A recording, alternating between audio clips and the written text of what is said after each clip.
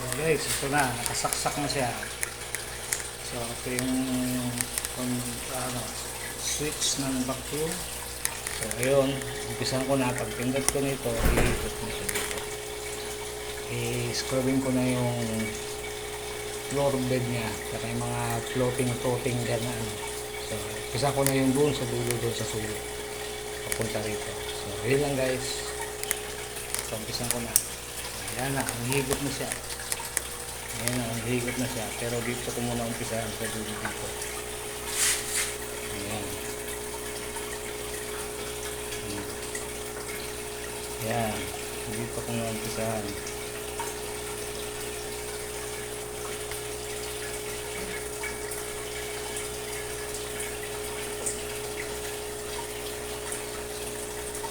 So, yun lang.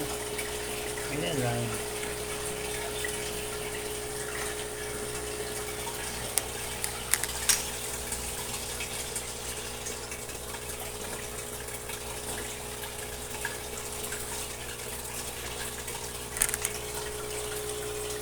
Ayan. Nahihigop ng punti. Malakas talaga. Habang lumalaki sila, nalakas sila mag-produce ng body waves nila. Kaya kahit ito, pagkalinis ko nito, baka sunod na araw, bukas lang, o mamaya lang, meron na naman. Kailangan yung malaki-laking spout tuloy. Malaki-laking pupa stall collector. Ayan, ayan, higop.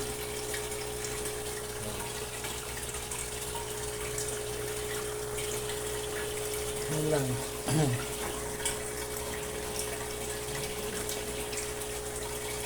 Ayan, lumabog na yung tubig, yung parang na yung mga ano,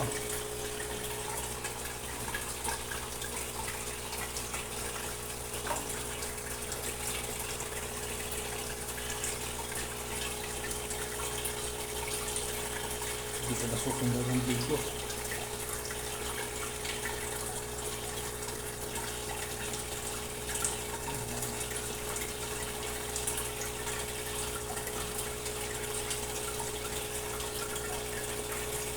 Makihabil ng tubig dahil kaka-water change. Dapat laging water change guys. Kasi yung beneficial bacteria niya nawawala rin. Okay guys, yun lang.